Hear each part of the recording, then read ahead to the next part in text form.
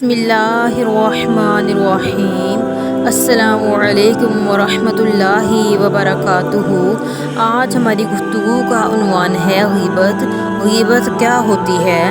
رسول اللہ صلی اللہ علیہ وآلہ وسلم نے اپنے صحابہ کرام سے دریافت کیا، تمہیں معلوم ہے غیبت کیا ہے؟ انہوں نے جواب دیا، اللہ اور اس کے رسول صلی اللہ علیہ وآلہ وسلم بہتر جانتے ہیں۔ آپ صلی اللہ علیہ وآلہ وسلم نے فرمایا، تم اپنے بھائی کا تذکرہ اس طرح کرو جو اسے ناپسند ہو۔ کسی نے پوچھا، اگر میرے بھائی کے اندر یہ بات موجود ہو تو آپ صلی اللہ علیہ وآلہ وسلم نے فرمایا تو تم نے غیبت کی، اور اگر وہ بات اس میں موجود نہیں تو تم نے اس پر بہتان باندھا۔ سورہ حجرات میں اللہ تعالیٰ کا ارشاد ہے، اے لوگو جو ایمان لائے ہو، بہت گمان کرنے سے پرہیز کرو، کیونکہ بعض گمان گناہ ہوتے ہیں۔ تجسس نہ کرو اور تم میں سے کوئی کسی کی غیبت نہ کرے۔ کیا تمہارے اندر کوئی ایسا ہے جو اپنے مرے ہوئے بھائی کا گوشت کھانا پسند کرے؟ دیکھو تمہیں خود یہ بات ناپسند ہے۔ اللہ سے ڈرو، اللہ بڑا توبہ قبول کرنے والا مہربان ہے۔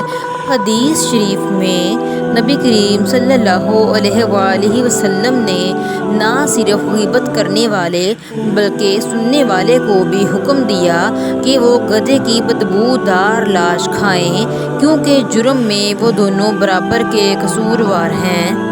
جس رات نبی کریم صلی اللہ علیہ وآلہ وسلم کو معراج ہوئی، آپ صلی اللہ علیہ وآلہ وسلم نے آگ میں ایک ایسے گروہ کو دیکھا جو بدبودار لاش کھا رہا تھا۔ آپ صلی اللہ علیہ وآلہ وسلم نے حضرت جبرائیل سے پوچھا، یہ کون لوگ ہیں؟ کہا، یہ وہ ہیں جو لوگوں کی غیبتیں کیا کرتے تھے۔ غیبت ایک ایسا گناہ ہے جب تک جس کے بارے میں غیبت کی وہ معاف نہ کرے یہ گناہ معاف نہیں ہو سکتا۔ کسی کی غیبت سننا بھی شرعاً حرام اور ناجائز ہے۔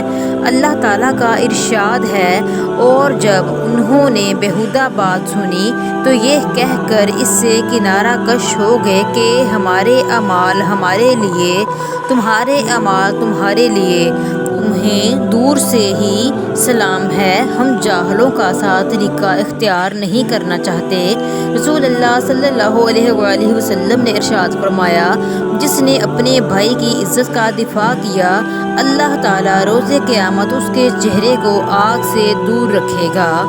رسول اللہ صلی اللہ علیہ وآلہ وسلم نے ارشاد فرمایا، مومن نہ طعنہ زنی کرنے والا ہوتا ہے، نہ لعنت بھیجنے والا ہوتا ہے، نہ فضول گوئی کرنے والا ہوتا ہے، اور نہ بے حیائی کی گفتگو کرنے والا ہوتا ہے۔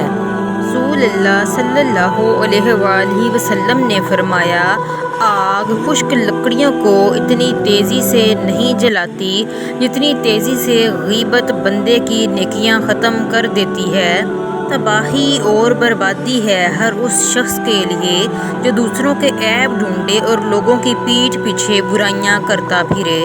غیبت کرنے والے کی سزا اللہ تعالیٰ حضرت موسیٰ علیہ السلام کی طرف وحی فرماتے ہیں، جو شخص غیبت کا شکار ہوا اور پھر اس نے توبہ کر لی، تب بھی وہ جنت میں سب سے آخر میں داخل ہوگا، اور جو شخص غیبت پر اٹکا رہا وہ جہنم میں سب سے پہلے ڈالا جائے گا۔ جزاک اللہ خیر۔ خوش رہیں، خوشیاں بانٹیں۔ پیارے سامعین، میرے اس چینل کو لائک، شیئر اور سبسکرائب کیجیے تاکہ اس طرح کی مزید اسلامک ویڈیوز آپ تک پہنچتی رہیں۔